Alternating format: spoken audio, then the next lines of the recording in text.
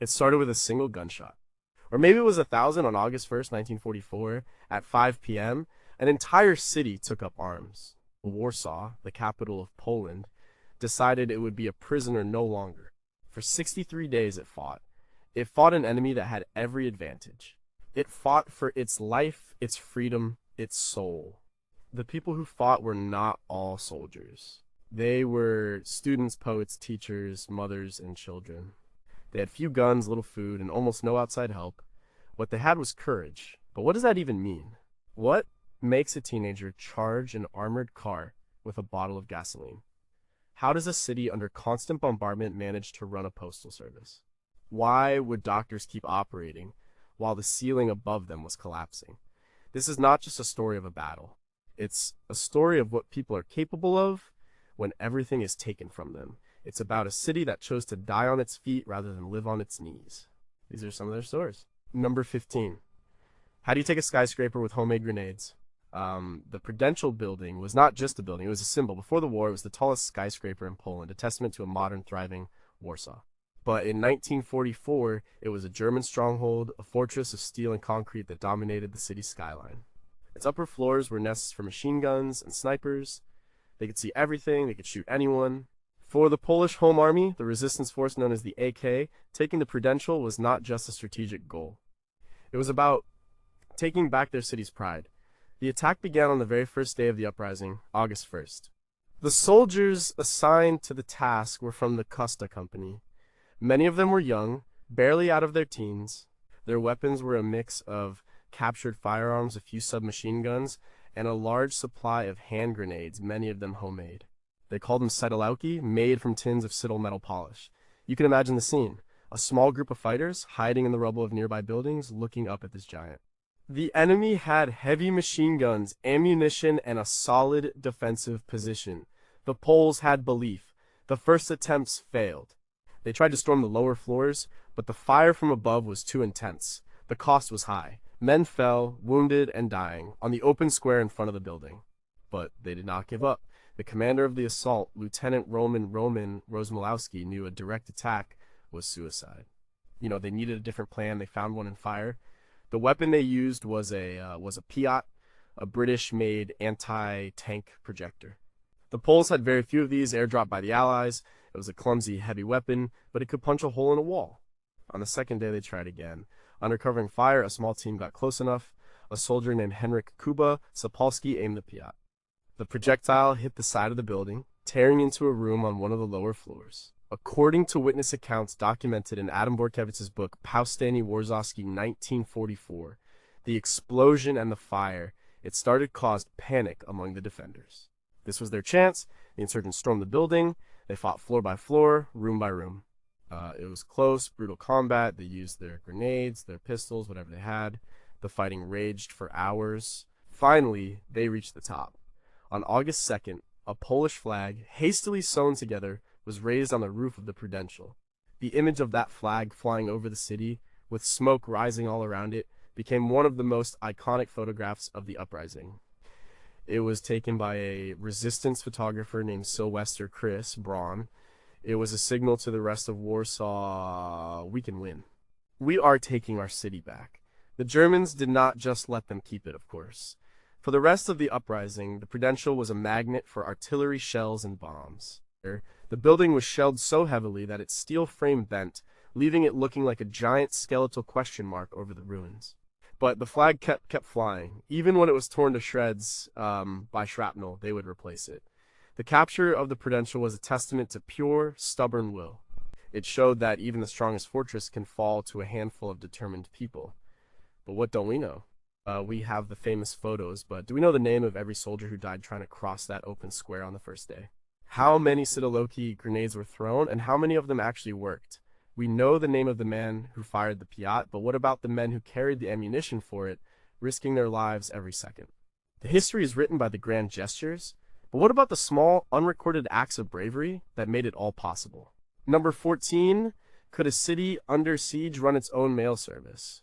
In the middle of a war zone, like what is the value of a letter? Is it just paper and ink? Or is it, a lifeline? During the Warsaw Uprising, a letter was proof that someone you loved was still alive. It was hope. And the Polish resistance understood this so well that they created something unbelievable, a fully functioning field post office. It was organized by the Grey Ranks, the underground scouting organization. These were not soldiers, they were Boy Scouts and Girl Scouts. The oldest were in their late teens, the youngest were barely 10. They became the postal carriers of a city at war. The service was officially launched on August 4th, 1944. It was a proper system. They set up 40 public mailboxes, often painted with the Polish national colors of red and white. They designed their own stamps, printed on whatever paper they could find. The main post office was located at 31 Świętokrzyska Street, but there were sorting offices all over the liberated parts of the city. The work was incredibly dangerous. The postal carriers, mostly children, had to navigate a city that was a constantly shifting maze of barricades, ruins, and active front lines. They ran through sniper alleys, dodged artillery shells, and crawled through basements to deliver their mailbags. They wore armbands with the symbol of the Home Army and the post office. They were a symbol of a functioning Polish state, a government that existed in defiance of the occupation. According to the Warsaw Uprising Museum, these young carriers delivered between 3,000 and 6,000 letters a day. In total, they delivered over 150,000 pieces of mail during the uprising. The letters were not just personal notes. They were a vital part of the city's communication network. They carried orders for military units, requests for medical supplies, and reports on the enemy's movements. But for the average citizen, they were so much more. A son writing to his mother to tell her he was safe. A wife asking her husband in another district if they still had water. These small messages held the fabric of society together. Jan Nowak-Jeziorski, the famous courier from Warsaw, wrote in his memoirs about the profound psychological impact of the post office. It was a sign of normalcy in a world gone mad. It meant that Warsaw was not just a collection of isolated people fighting for survival, but a community, a nation. One of the most famous of these young carriers was a boy named Wojciech Kuba Zaleski. He was just 12 years old. He delivered mail in the heavily contested city center. Like many others, he was killed in action, hit by a mortar shell while on his route. He was just one of many. The price of delivering a letter in Warsaw was often a life. Yet for every carrier who fell, another would step up to take their place. They believed what they were doing mattered. They were connecting people, keeping hope alive one letter at a time. The post office was not a military victory. It was a victory of the human spirit. But what details are lost forever? How many letters were never delivered, buried in the rubble with the young carrier who carried them? We know the official numbers, but how much mail was passed hand to hand, unofficially, by these same children? What were the contents of the last letters written by people who died just hours later? These pieces of paper were the final words of thousands, and most are gone, turned to ash and dust. Number 13. What happens when ingenuity is your only arsenal? An army needs weapons. It is a simple fact of war. The Polish Home Army in Warsaw had almost no weapons. Before the uprising, they had managed to hide some rifles, a few machine guns, and some pistols, but it was nowhere near enough. Historian Andrew Borowiak, in his book Warsaw Uprising, estimates that on August 1st, only about 10% of the insurgents were armed. Some units had one rifle for every 10 soldiers, so what did they do? They built their own. Warsaw became a city of makeshift weapons factories. They sprang up in basements, garages, and abandoned workshops. The engineers were a mix of professional mechanics, chemistry students, and resourceful teenagers. They used whatever they could find. Water pipes became the barrels for homemade submachine guns. Tin cans filled with explosives became grenades. The knowledge came from pre-war manuals, memorized instructions, and pure, desperate innovation. One of the most famous products of these underground workshops was the Błyskawica submachine gun. It was designed in 1943 by two engineers, Wacław Zaratny and Soren Wielenier. They designed it to be simple. It could be made with basic tools like lathes and welding equipment. The name Błyskawica means lightning, and it was a surprisingly effective weapon. During the uprising, a workshop codenamed Ruck produced around 700 of them. It was a remarkable achievement in a city under total blockade. But the Błyskawica was for the lucky few. Most fighters had to rely on even simpler things. They produced thousands of hand grenades. There was the Sidaloka, mentioned earlier, made from metal polished tins. And there was the Filipinka, designed by the resistance before the uprising. These were often filled with explosives scavenged from unexploded German shells, a terrifyingly dangerous job. The most common weapon, however, was the Molotov cocktail. It was a simple glass bottle filled with a mixture of gasoline and acid. They were brutally effective against armored vehicles if you could get close enough. The Grey Ranks, the Scouts, became experts at this. They would wait on the upper floors of a building and drop them onto the engine decks of passing vehicles. This ingenuity extended beyond weapons. They built homemade armored cars. The most famous was the Kubis, which was built in just 13 days in a car repair shop in the Powyle district. It was based on a Chevrolet truck chassis and covered with steel plates. It had a small crew and was armed with a machine gun. It was not a tank, but it gave the insurgents a mobile weapon platform. It took part in several attacks and became a legend of the Uprising. The original Kubis survived the war and is now on display at the Polish Army Museum. Its existence is a testament to what people can create when they have no other choice. They fought a modern mechanized army with weapons made from scrap metal and chemicals stolen from university labs. And yet, how many of these workshops were there? We know about the big ones, like the one that made the Kubis.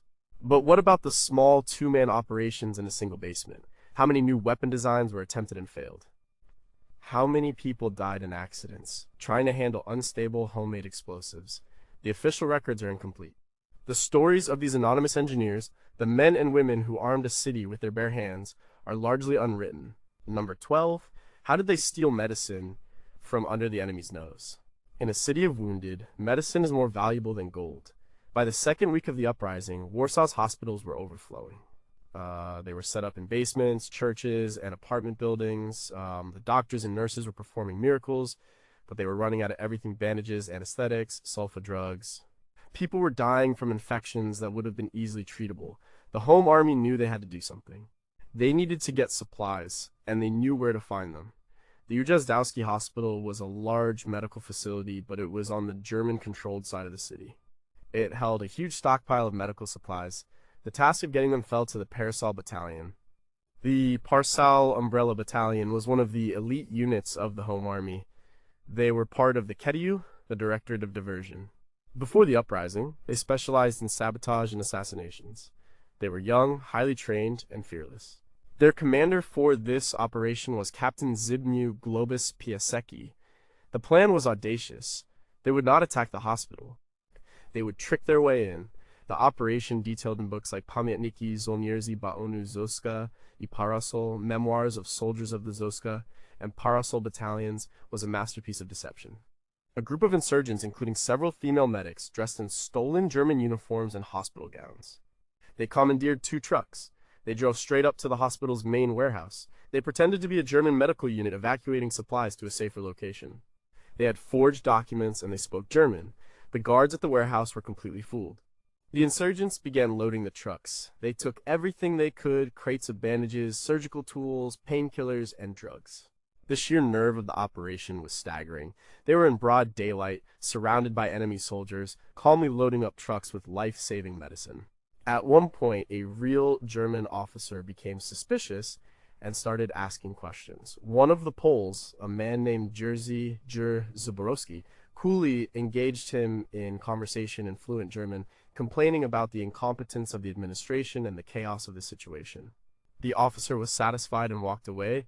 They managed to load both trucks and drive away. They had secured enough medical supplies to last the city's field hospitals for several more weeks. It was a bloodless victory, won not with bullets, but with courage and cleverness. The supplies were distributed throughout the insurgent-held districts. They saved countless lives. It was an act of incredible bravery. One small mistake, one slip of the tongue, and they all would have been discovered and executed on the spot. But they pulled it off. It was a classic example of the Polish resistance's ability to use their enemy's own systems and arrogance against them. But the story leaves us with questions. How did they acquire the German uniforms and the trucks? The official accounts are brief. Who forged the documents so perfectly that they passed inspection? We know the names of the leaders, but what about the ordinary soldiers who loaded the boxes, their hearts pounding, knowing they could be discovered at any moment? And what was the reaction of the German hospital staff when they realized they had been tricked? The records of the occupiers are silent on this small but significant act of defiance. Yet number 11, can a single radio station become a city's voice? For 63 days, Warsaw was cut off from the world. The German propaganda machine told the world that the uprising was just a small group of communist bandits, that it was under control. The people of Warsaw and the Polish government in exile in London needed to tell the truth. They did it with a radio station they built in secret. It was called Błyskawica Lightning. The station was a marvel of underground engineering. Its transmitter was built before the uprising by Antoni Zebik, a radio technician codenamed Beagley. He built it using parts scavenged and stolen over several years. It was a shortwave station, powerful enough to reach London. On the 8th day of the uprising, August 8th, 1944, Błyskawica went on the air for the first time. The broadcast began with the melody of a popular patriotic song, the Warsaw, and then the words, spoken in Polish and English, "Hello, this is Błyskawica, a Polish Home Army radio station, broadcasting from Warsaw." For the outside world, it was a shock. It was proof that the uprising was a major organized military operation by the legitimate Polish army. For the people of Warsaw, it was a miracle. It was their voice. The station's staff was led by Jan Nowak Jeziorski, who had been a courier between Warsaw and London. The announcers were writers, poets, and actors. They broadcast news from the front lines, messages from commanders, poetry, music, and messages to the Allies. They broadcast in several languages to make sure the world understood what was happening. They told the world about the German army's brutal tactics, the shelling of hospitals, and the deliberate targeting of civilians. The radio station was a high-priority target for the German forces. They knew how powerful a weapon it was. They used radio detection equipment to try and locate the transmitter. To avoid being found, the Błyskawica team was constantly on the move. They broadcast from a new location every few days. They set up in the main post office, then a coffee house, then the former building of the Prudential Insurance Company. Each move was a race against time, disassembling and reassembling the heavy equipment under fire. As documented by Nowak Jeziorski in his book Courier from Warsaw, the team lived in a state of constant tension, knowing that a single bomb could silence them forever. One of their most famous broadcasts was an appeal to the people of London.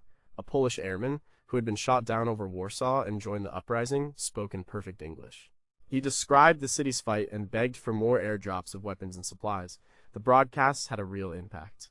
They confirmed the reports the Polish government in London was receiving and helped pressure the Allies, albeit with limited success, to provide more aid.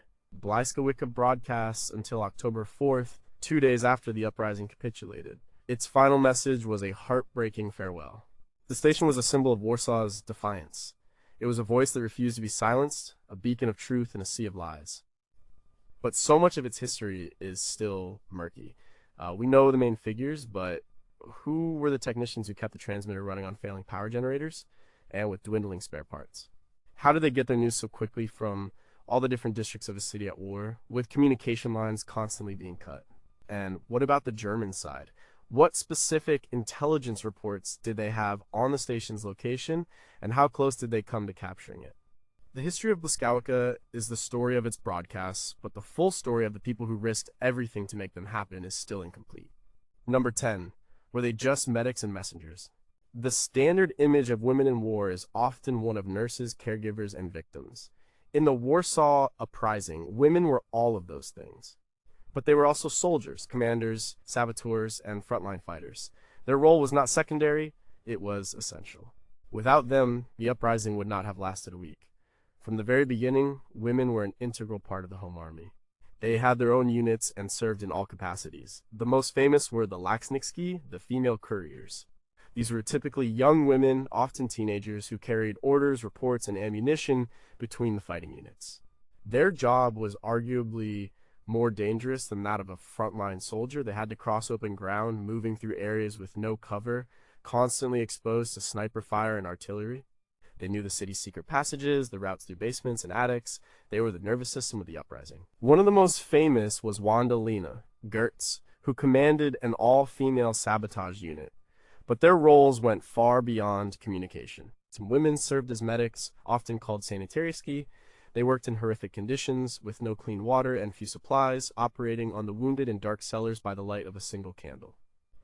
But they also fought. There were entire platoons of female soldiers. The DISC, Directorate of Sabotage and Diversion Unit, had a women's platoon that took part in direct combat. Another unit, part of the Zoska Battalion, saw heavy fighting in the Wola and Old Town districts. These women used rifles, submachine guns, and grenades, fighting and dying alongside the men. One of the most powerful symbols of the uprising was a woman named Krystyna Kryhelska. She was a poet and a singer. Before the war, her face was used as the model for the famous statue of the Warsaw Mermaid, the city's protector. She served as a medic in the Sivan Polk Ulano-Lubelskich unit. On the first day of the uprising, while trying to help a wounded colleague, she was shot. She died the next day. Her story, as told by historians like Alexandra Ritchie in her book Warsaw 1944: The Fateful Uprising, represents the sacrifice of a whole generation of young, talented Poles. The numbers are staggering. Of the approximately 50,000 Home Army soldiers who fought in the uprising, around 7,000 were women. They were not just auxiliaries, they were fully integrated members of the military force. They took the same risks and faced the same brutal consequences as the men. After the capitulation, thousands of them were taken as prisoners of war, a status they had to fight for, as the German army initially intended to treat them as partisans and execute them. Their courage and sacrifice forced the enemy to recognize them as soldiers, and yet, for decades after the war, their stories were often marginalized, reduced to footnotes in the official histories. We know the names of the famous commanders, but what about the countless anonymous female fighters? How did their experiences of combat differ from those of the men? What was the social dynamic within the mixed gender units fighting under such extreme stress? The official records list numbers, but they don't capture the full human story of the women who fought for Warsaw. We still do not fully understand the depth and breadth of their contribution. Number 9. What does it mean when children have to fight? The youngest soldiers in the Warsaw Uprising were 10 years old. Let that sink in. Children who should have been playing with toys were carrying guns, delivering messages under fire, and fighting in the streets. Their involvement is one of the most heroic and most tragic aspects of the city's fight for freedom. These children were primarily from the Grey Ranks, the underground scouting movement. They were organized into age groups. The youngest, the WWII, were from 12 to 14 years old. They were not supposed to be in direct combat. Their main job was to run the field post office and act as messengers. But in the chaos of the uprising, the line between combat and non-combat roles blurred to nothing. A postal route could be deadlier than a trench. The older scouts, the Bojo Skoli, combat schools aged 15 to 17, and the Grupy Stormo assault groups aged 18 and up were frontline soldiers. One of the most famous child soldiers was a boy named Witold Antek Modelski. He was 12 years old. He was a messenger for the Gazdowa battalion. He was known for his incredible bravery, repeatedly crossing the most dangerous areas of the city to deliver his messages. He was killed on September 20th. His story and his face, captured in a photograph, have become a symbol of the little insurgents. Another was a boy known only by his code name Kubis, who was reportedly the youngest insurgent to be killed in action at just 11 years old. Why did they fight? They were part of a generation that had grown up under a brutal occupation. They had seen public executions, roundups, and constant humiliation. For them, fighting was not a choice, it was a duty. They had been trained in the underground. They knew how to handle weapons. They believed they were fighting for a free Poland. Many accounts from surviving insurgents, like those collected in the archives of the Warsaw Uprising Museum, speak of the children's incredible maturity and seriousness. They understood the risks. Their small size was often an advantage. They could slip through gaps in the rubble and crawl through narrow passages that adults could not. They were fast and agile, but they were still children. There are heartbreaking stories of them crying for their mothers after being wounded, or playing children's games during a lull in the fighting. The poet Stanislaw Belinsky wrote a famous poem, Song About a Boy from Warsaw, which captured the tragedy of their sacrifice. It tells the story of a young boy asking his mother to give him her blessing as he goes off to fight. The psychological impact on these children was immense for those who survived. They witnessed horrors that no person, let alone a child, should ever see. The uprising stole their childhood. Their participation was a testament to their courage, but it was also an indictment of a world that had forced them into such a position. They were children forced to become adults overnight, fighting and dying for a cause they believed in with all their hearts. But their history is filled with gaps. Because of their youth and the chaos of the war, records are scarce. We know the codenames of many, but not their real names. How many children truly fought? The official numbers are estimates. How many died? We don't know for sure. What happened to the ones who survived? How did they cope with the trauma in the years after the war, living under a new regime that often suppressed the memory of the uprising? The story of the little insurgents is a story we only know in fragments. Number 8. How do you steal an armored vehicle with gasoline and rags? In modern warfare, the infantryman's greatest fear is the tank. It is a steel monster, immune to small arms fire, armed with cannons and machine guns. For the lightly armed Polish insurgents, a single enemy armored vehicle could dominate a whole street, pinning down fighters and destroying barricades. They had very few anti-tank weapons, so they had to get creative, and on August 2nd, 1944, a group of soldiers from the Zaska battalion did something extraordinary.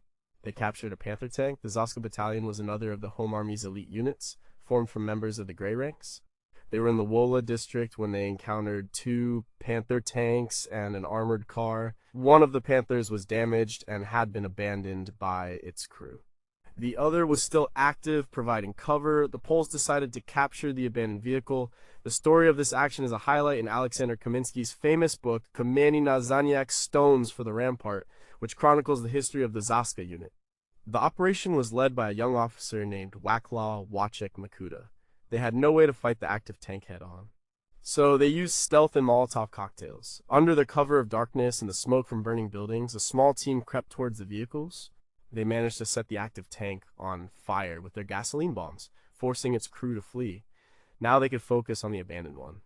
The problem was they didn't know how to operate it. Luckily, Wacek Makuta had some pre-war experience with armored vehicles.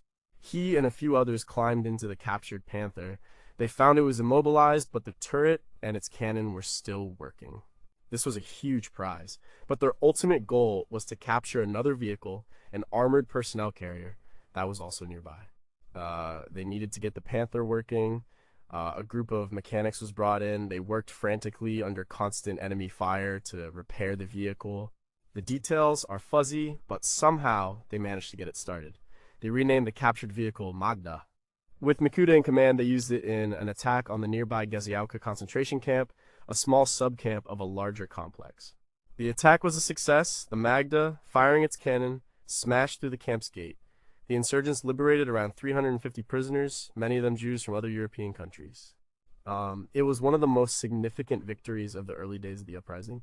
The Magda and its crew became heroes. The tank fought for several more days before it was finally destroyed. The capture of the Magda was a symbol of the uprising spirit, turning the enemy's own weapons against them. But many questions remain. How exactly did they manage to repair a complex piece of German engineering like a Panther tank in the middle of a battle with no spare parts? The accounts speak of mechanics, but who were they? What specific damage had the tank sustained, and how did they overcome it? And what of the liberated prisoners from Geziałka? We know the number, but what were their names and what happened to them in the subsequent weeks of brutal fighting? The story of the Magda is a legend, but the technical and human details behind the legend are still partly hidden by the fog of war. Number 7. Could you live and fight in a city's veins? Imagine a world of total darkness. The air is thick with the smell of filth and decay. The only sound is the drip of water and the scuttling of rats. Now imagine this is your highway, your barracks, and your battlefield. This was the reality for the insurgents who used Warsaw's sewer system to move around the city. The sewers were the city's secret weapon. As the German forces advanced, they cut the city into isolated pockets of resistance. Communication and movement between districts became almost impossible above ground. The streets were death traps, swept by machine gun fire and covered by artillery. The sewers were the only way. They were a network of tunnels running for miles beneath the city. The insurgents called the men and women who used them Kanalicy, the sewer people. The conditions were beyond hellish. The main trunk lines were large enough to walk through, but many of the smaller channels were only 3 or 4 feet high. People had to crouch for hours, wading through knee-deep, foul-smelling sewage. It was completely dark. They guided themselves by touching the walls or by a thin wire strung along the tunnel. Sometimes they used candles, but the risk of gas explosions was constant. The psychological toll was immense. People got lost, panicked in the dark, or were overcome by the fumes. The book, The Sewers of Warsaw by Robert G. Smith, gives a harrowing account of these journeys. The sewer commandos were often led by guides from the city's pre-war sanitation department, men who knew the labyrinthine network by heart. They led groups of soldiers, couriers, and even civilians from one district to another. A journey that would take minutes above ground could take 8 or 10 hours in the sewers. They moved weapons, ammunition, and medical supplies. They evacuated the wounded. They guided whole fighting units from a sector that was about to fall to one that still needed reinforcement. The Germans knew the insurgents were using the sewers. They tried to block them. They threw grenades and gas canisters down manholes. They set up machine gun nests at the exits. Coming out of a manhole was one of the most dangerous moments. The insurgents would have to send one person up first to see if the coast was clear, a task that was often a death sentence. Despite the dangers, the sewer routes remained a vital lifeline for much of the uprising. Without them, the districts would have been completely isolated and would have fallen much sooner. The defense of the Old Town, for example, was only possible for as long as it was because reinforcements and supplies could be brought in through the sewers. But the history of the sewers is, by its very nature, dark and hidden. How many people died down there, their bodies never recovered? We have these stories of the successful journeys, but what about the failed ones? The groups that took a wrong turn and were never seen again, or were trapped by a tunnel collapse? We don't have a complete map of all the routes they used, as much of that knowledge was in the heads of the guides who died. The sewers of Warsaw were a world unto themselves, and many of their secrets died with the Kanalausi. Number 6, what is the cost of saving a life when you have nothing? Every soldier knows they might die, but what about the doctors and nurses? Their job is to save lives, but in the Warsaw Uprising, doing that job meant risking their own every single minute. The medical service of the Home Army was a story of heroism that did not involve firing a single shot. When the uprising began, the city's medical community was ready. They had been organizing in secret for years. They set up a network of field hospitals in the basements of apartment buildings, in schools, and in churches. So there were over 150 such makeshift hospitals. The staff were a mix of professional surgeons, nurses, medical students, and teenage girl guides who served as nursing aides. Professor Janusz Durko, former director of the Warsaw Museum, has highlighted the incredible level of organization in the medical corps. The conditions were appalling. As the uprising went on, the supplies dwindled to almost nothing. They ran out of anesthetics, and surgeries, including amputations, were often performed with only a shot of vodka or a piece of wood for the patient to bite on. They ran out of bandages, so they used paper, which had to be boiled and reused. They ran out of clean water. They ran out of electricity, so they operated by the light of carbide lamps or candles. And all of this was done while the buildings above them were being systematically destroyed by bombs and artillery. There are countless stories of the doctor's courage. Dr. Jan Mazurkiewicz, codenamed Radoslaw, who was also a military commander, spoke of the surgeons who refused to leave their patients even when the hospital was on fire. They would continue operating while plaster fell from the ceiling and the sounds of explosions shook the very foundations of the building. In one hospital in the Old Town, the patients had to be evacuated through the sewers. The nurses and doctors carried the severely wounded on their backs through the filth and darkness to a hospital in another district. The German forces did not respect the Red Cross symbol. They deliberately targeted hospitals. The shelling of the Ujazdowski Hospital and the John of God Hospital are well-documented war crimes. When they overran a hospital, they would often murder the wounded and the medical staff. The massacre in the hospital in the Wola district is one of the most horrific examples. Despite this, the doctors and nurses never stopped. They saw their work as a sacred duty. They were preserving life in a city dedicated to death. The scale of their effort is hard to comprehend.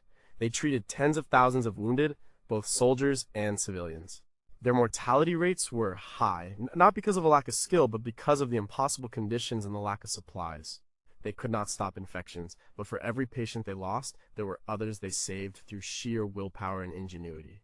Their work was a quiet, desperate battle fought in the basements and cellars, far from the barricades, but it was just as crucial to the spirit of the uprising.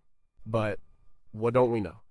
We have the memoirs of some of the famous surgeons, but what about the young nursing aides, the teenage girls who comforted the dying and cleaned horrific wounds?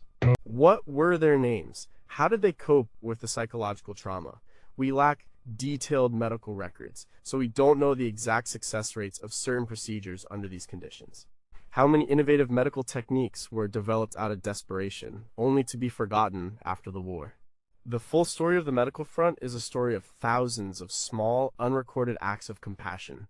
Number 5, how long can a memory hold out against steel? The old town of Warsaw was the historic heart of the city. It was a beautiful district of narrow cobblestone streets, ancient churches, and Renaissance-era houses. During the uprising, it became a fortress and a tomb. The defense of the old town, or Staroka, is one of the most epic and tragic chapters of the entire 63-day struggle. The old town was one of the first districts to be fully liberated by the Home Army. For a brief period, it was the center of Free Poland. The Polish flag flew from the royal castle, but its location made it a target. It was surrounded on almost all sides. The German army, after recovering from the initial shock of the uprising, decided to make an example of it. On August 19th, they began a massive concentrated assault. The assault was relentless. The district was subjected to a level of bombardment that had rarely been seen before.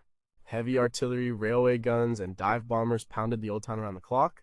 The historic buildings, made of brick and stone, offered little protection. They crumbled into dust. The defenders, led by Colonel Karol Wachnowski-Ziemski, were outnumbered and outgunned.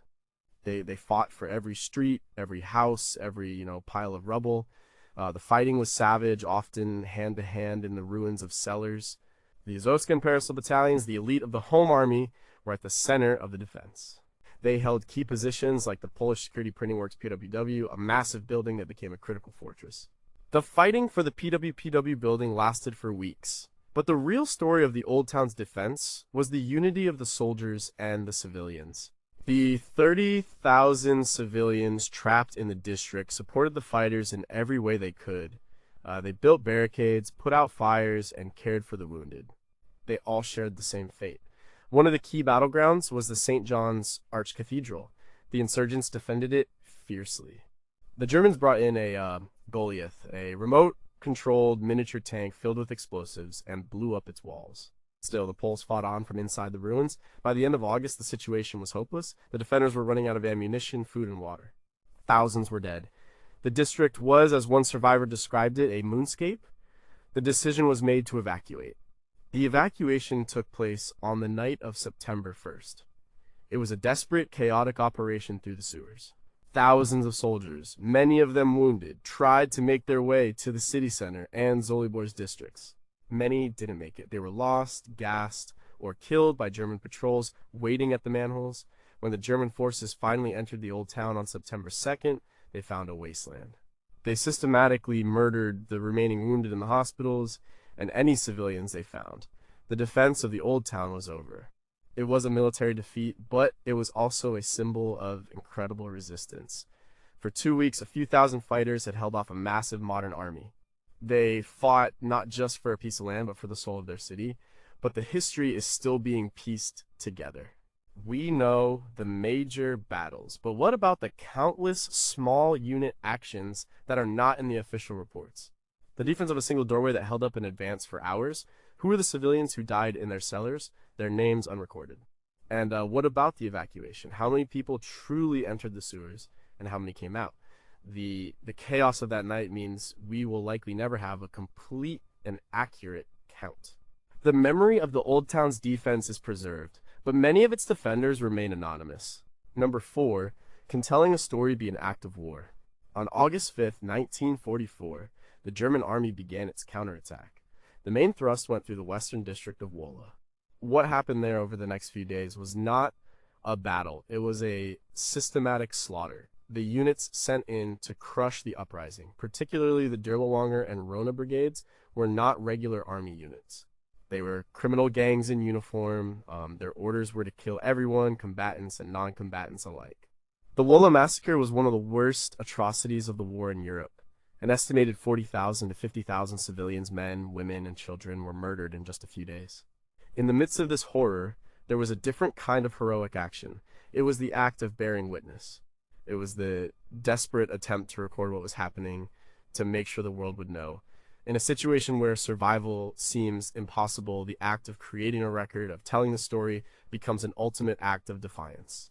It says, "You can kill us, but you cannot erase us." This took many forms. There were the official reporters of the Home Army's Bureau of Information and Propaganda, BIP. These were journalists, photographers, and filmmakers who documented the uprising. People like Sylvester Chris Braun, who took the iconic photo of the flag on the Prudential Building, risked their lives to capture images of the fighting.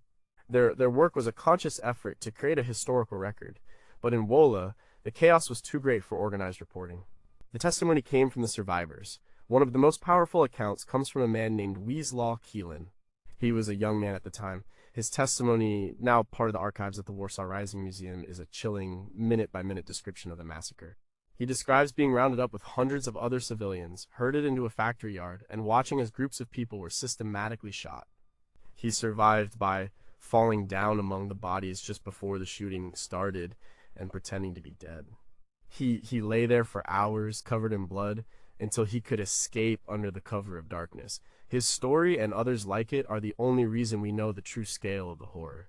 Then there were the priests. Father Bernard Filipiuk at St. Lawrence's Church in Wola stayed with his parishioners. He gave them the last rites as they were being led to their execution. He was killed with them. His act was not one of fighting, but of spiritual resistance, of providing comfort in the face of absolute evil.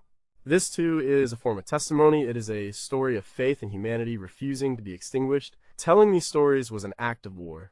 It was a weapon against the enemy's attempt to dehumanize their victims and hide their crimes. The reports that were smuggled out of Warsaw, the stories told on the WWII radio, the diaries kept by people in their cellars, all of this was part of the fight. It was a fight for memory, for truth. It was a promise that the victims of Wola would not be forgotten. As historian Timothy Snyder argues in his work on Eastern Europe, the struggle over memory is often as important as the struggle on the battlefield. But how many stories were lost? For every survivor like Wieslaw Kielin, how many hundreds died with no one to tell their tale?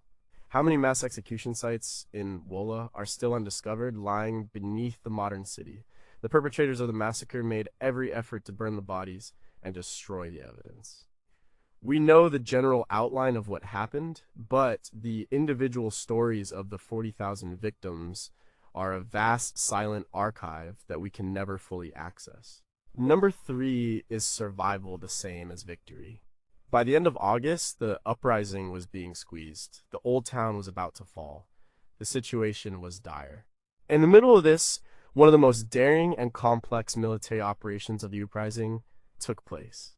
It was the breakout of the Radoslaw Group. The Radoslaw Group, commanded by the charismatic Lieutenant Colonel Jan Radoslaw Mazurkiewicz, was a large formation that included the elite Zoska, Parasol, and Zeta 49 battalions. They had been at the heart of the fighting in Wola and the Old Town. They were exhausted, decimated, and surrounded. They were trapped. The decision was made to attempt a breakout to move from the ruins of the Old Town to the city center, where the fight was still going on. The plan was incredibly risky. It involved a combined operation of moving through the sewers and a simultaneous armed assault above ground to create a diversion. The story of this breakout is detailed in military histories of the uprising, such as those by Adam Borkowitz. It began on the night of August 31st. A small part of the force, including many of the wounded, began the hellish journey through the main sewer trunk line. The rest of the group, several hundred strong, was to fight its way across German-held territory. The fighting was desperate. They had to cross a heavily fortified street known as Bielanska and the Saxon Garden, a large park. The area was swarming with enemy troops. The breakout began with a massive artillery barrage from the Polish side to soften up the German positions. Then the insurgents charged. They ran across open ground under withering fire. The losses were catastrophic.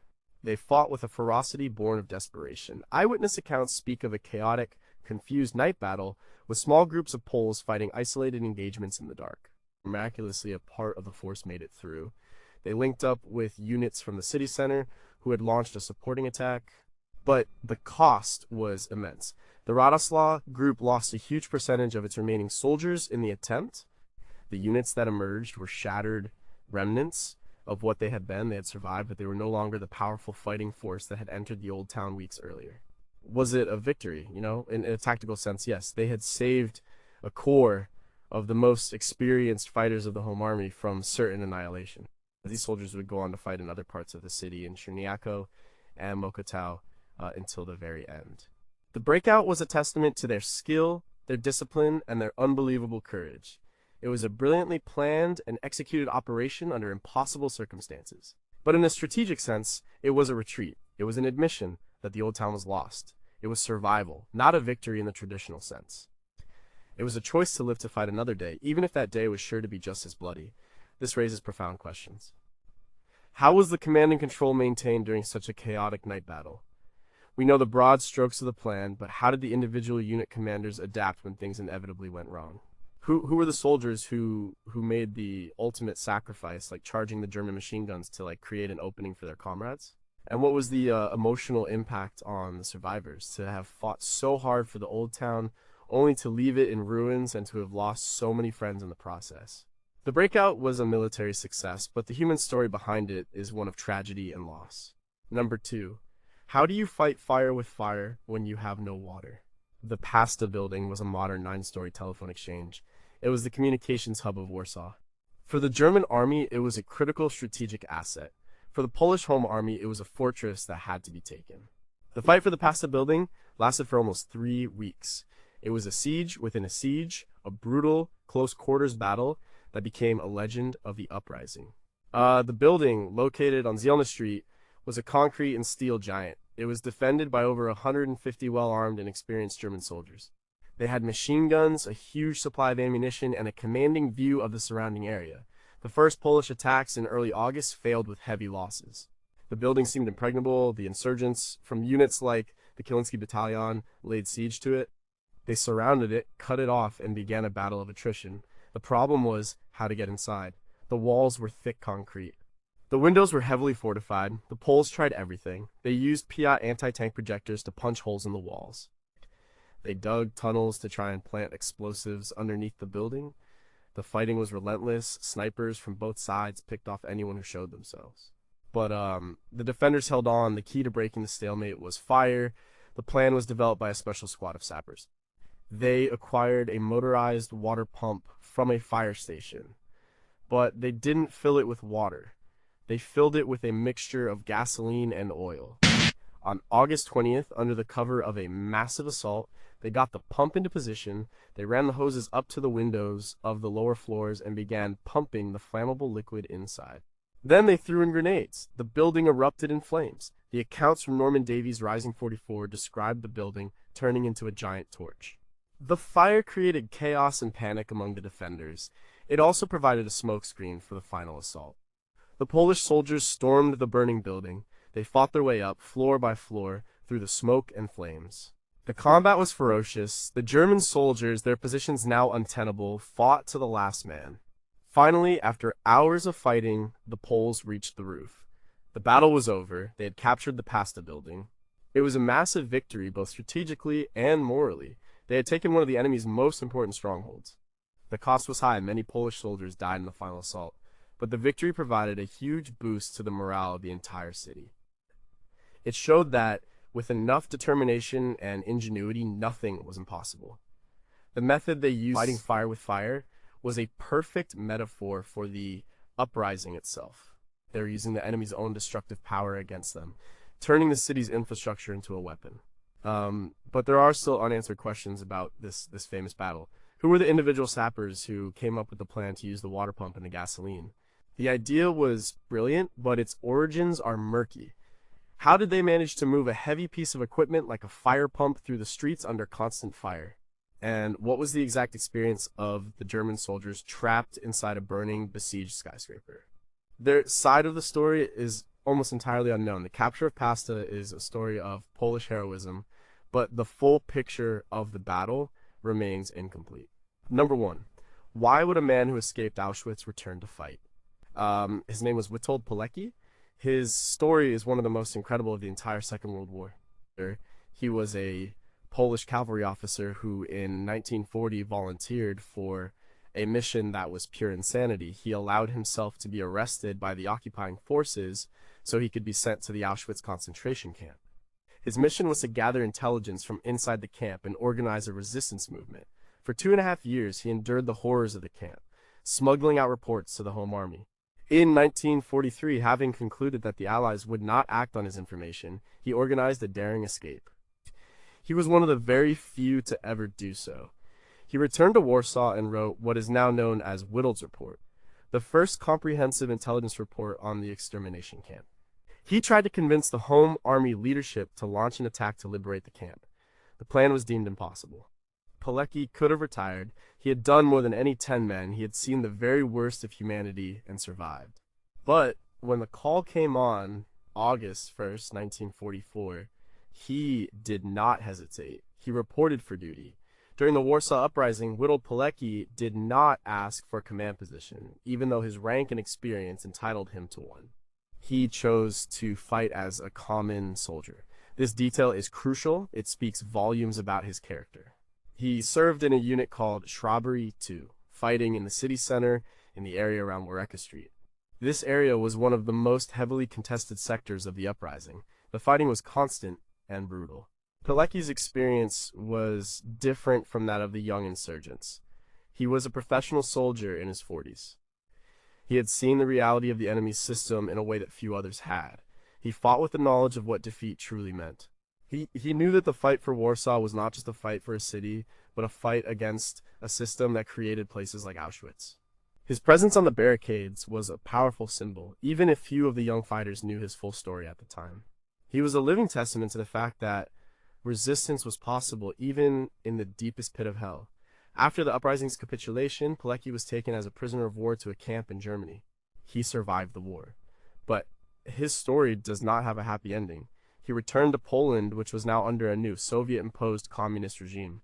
He remained loyal to the Polish government in exile in London and began gathering intelligence on the new authorities. In 1947, he was arrested by the secret police. He was tortured, put on a show trial, and executed in 1948.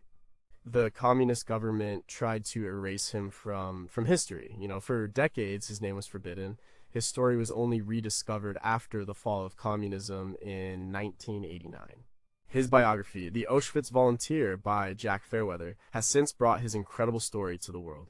Witold Pilecki's participation in the uprising is the ultimate heroic action. It was a conscious choice. A man who had already escaped the inferno chose to walk back into the fire. He fought for a free Poland, and he never stopped fighting for it against two different totalitarian regimes. His life poses the most fundamental question about human nature. What gives a person that kind of courage? And yet, even with a story as well documented as Pilecki's, there are still unknowns. Like, what were his specific actions during the uprising?